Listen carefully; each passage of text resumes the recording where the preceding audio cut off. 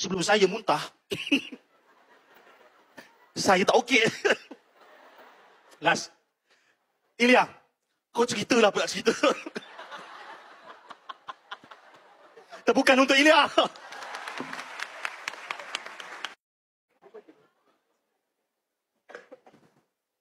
Okey, bismillahirrahmanirrahim. Assalamualaikum warahmatullahi wabarakatuh.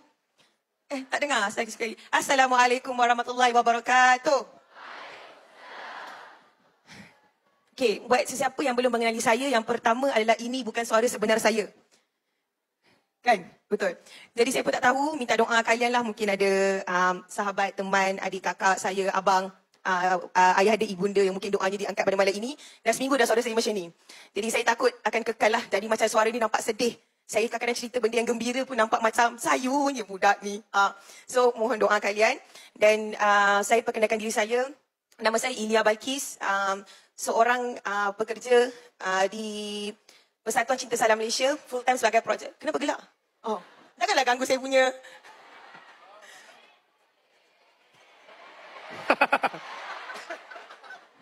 Korang ni netizen betul lah. Okay. Sebagai seorang project coordinator Cinta Salam Malaysia yang memfokuskan bahagian pendidikan. Jadi buat kalian yang masih belum tahu, saya masih lagi single. Sabar, belum habis lagi. Tapi sejak saya berumur 19 tahun, saya telah mempunyai hampir 100 orang anak. Wah. Anak yang produktif betul ya. Apa? Dia dah sihat di sini. Mata balik. Okey, sebab masa saya umur 19 tahun, macam mana Haikal cerita, saya telah bersama-sama membantu Cinta Salam Malaysia untuk membina ataupun memperjuangkan hak pendidikan untuk para pelarian Syria, anak-anak pelarian Syria yang berada di Mafraq secara khususnya di Jordan. Jadinya, setiap tahun kami ada 100 pelajar Syria yang datang ke sekolah dan mereka inilah anak-anak saya yang sampai saya graduate, anak-anak itu masih lagi bersekolah dan kemudian saya pulang ke Malaysia, saya ada anak-anak baru dan anak-anak saya daripada 100 jadi 180 anak-anak. Jadi bila orang tak perlu. Okey, tak payah tepuk lah. Kalau harap tepuk semua dah tepuk. Takutlah. Arok ni anak Buah Hasanah. Arok ni macam mana? Minta simpang lah. Tak simpang lah. Okey, saya nak cakap, bila orang tanya macam kenapa perempuan perlu ke saya Kak Adel untuk join misi? Jawapan saya perlu. Kenapa tidak? Sebab orang yang kita nak bantu ini adalah komuniti Palestin yang kita nak bantu ini adalah dalam golongan kanak-kanak dan juga ibu-ibu juga. Bukan hanya orang lelaki yang menjadi mangsa daripada genocide di Palestin. Jadi bila mana kehadiran saya, kehadiran Kak Adel, kehadiran Kak Zizi di dalam kapal tersebut memberikan satu sinar, satu senyuman, satu kemanisan buat saudara kita di Palestin, buat ibu-ibu, buat anak-anak, mengatakan ada orang wanita yang masih lagi prihatin, yang masih lagi kasih dan masih lagi sayang kat mereka. Masa saya pergi berlayar, saya tak tahu yang benda ini akan menjadi sebegini. Dan saya rasa objektif pertama kami adalah untuk hantar bantuan. Objektif kedua kami adalah untuk memecahkan kebisuan. Dan saya percaya dan saya yakin kebisuan itu telah dipecahkan melihat kepada jumlah angka yang hadir pada malam ini. Perjalanan kami daripada Bangi pergi ke sini selama 2-3 jam. Tak campur lagi kami hampir sesat tadi sebab terikut kereta yang lain. Tapi manis ni bila datang sini, Harok daripada menjadi gementar, terus tak gementar. Kan Harok kan? Tak, baru cakap aku gementar lagi. Dia gementar sebab ramainya sokongan yang beri kepada kami semua. Dan kami berada di sini adalah untuk menyokong sama-sama adik kami, Harok pada malam ini. Minta maaf, jangan libatkan saya. Saya tak pernah iktiraf di adik saya. Korang mengiktiraf. Okeylah. Okey, so masa kami berlayar, kami tak tahu benda ni akan jadi macam ni. Bayangkan, masa kami berlayar hampir 3 minggu, saya dapat video daripada kawan-kawan saya lah, staf Cinta Salam Malaysia, yang anak-anak kami dekat sekolah ni menangis bila ingatkan kami. Saya ada video shoot, dia kata, saya setiap hari akan tengok Instagram Miss Ilya, saya akan tengok update video yang dia post. Saya tak faham sebab saya buat video bahasa Melayu. Anak-anak saya ni pandai cakap bahasa English. Band 4. Upsi, Tuan Vice Chancellor, boleh saya retake exam tak? Saya akan retake lah. Okay, so anak-anak saya tak pandai cakap bahasa Melayu. Tapi bila diorang tengok video dan cakap, saya cuba untuk fahamkan apa yang Miss Ilya cakap. Dan rupa-rupanya, terkesannya mereka, rupanya masa kami di intercept, di sekolah dah tak boleh buat apa-apa. Anak-anak dah tak boleh belajar. Jumpa kat saya, Miss, we cannot learn, we cannot study anymore, dia kata. Sebab kita orang rasa kesakitan, kesedihan, apa yang Miss berada, masa ditahan, masuk penjara, apa yang akan berlaku kat Miss. Untuk pengetahuan semua, anak-anak saya ni orang Syria. Jadi mereka rasa apa yang orang Palestin rasa. Kesakitan, pembunuhan, pembantaian yang orang Palestin rasa sama dengan apa yang orang Syria rasa. Anak-anak saya ni bertuah sebab mereka tak rasa sangat macam apa yang mak-mak mereka rasa. Tapi mak-mak diorang akan ingatkan sejarah apa yang berlaku di Syria supaya anak-anak ini cinta kepada negara Syria dan nak perjuangkan negara Syria. Jadi mereka tahu Miss Ilya pergi berlayar bukan berlayar seronok-seronok. Miss Ilya pergi berlayar untuk sesuatu, untuk memperjuangkan satu pembebasan bumi Palestin. Yang Syria dah pun bebas. So kali ni Miss dah gembira. Miss Ilya dah gembira, Syria dah bebas. Tapi Miss Ilya masih lagi sedih sebab Palestin belum bebas. Jadi bila saya balik, saya belikan donat seorang satu. Diorang bukan nak ambil donat pun. Diorang datang terus peluk saya. Dia cakap, Miss menangis. Kata menangis. Kata, Miss kau balik selamat. Tapi tak ada siapa pun pergi dekat Haikal peluk. Ada kan? Tak ada.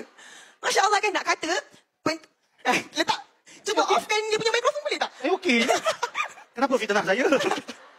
Tak kiranya peranan wanita ataupun peranan khusus saya lah. Maksudnya benda tu dirasai oleh orang Syria.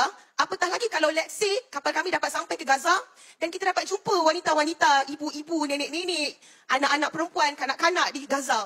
Bayangkan diorang takkan peluk Haikal, Harok dengan Piyu Rahmat. Diorang akan peluk saya dengan keadaan. Saya okey je kalau nak peluk. Kanak-kanak lah kot. Kanak-kanak. So kiranya kesakitan yang kami rasa, kesakitan yang kalian rasa sebab kalian rasa dekat dengan kami, anak-anak kami pun rasa. Dan dekat situlah ada seorang tiba-tiba PM reply kat komen. Saya tak perasan, saya tak sedar pun. Saya rasa macam benda tu normal, saya rindu anak-anak, anak-anak rindu saya. Jadi bila saya datang ke sekolah normal untuk mereka peluk saya. Tapi rupanya tak. Dia ada orang komen sebab inilah wanita perlu pergi ke misi. Sebab ada satu emosi, satu perasaan yang wanita ni ada yang lelaki ni tidak ada. Bila kat takut. Jadi kalau rasa macam kita ni perempuan, kita tak boleh buat apa-apa, memang kita ada batas. Saya tak nafikan. Dalam pelayaran, lelaki-lelaki ni akan tolong drive kapal, pandu kapal. Diorang yang akan tolong GPS, diorang yang tolong fire drill.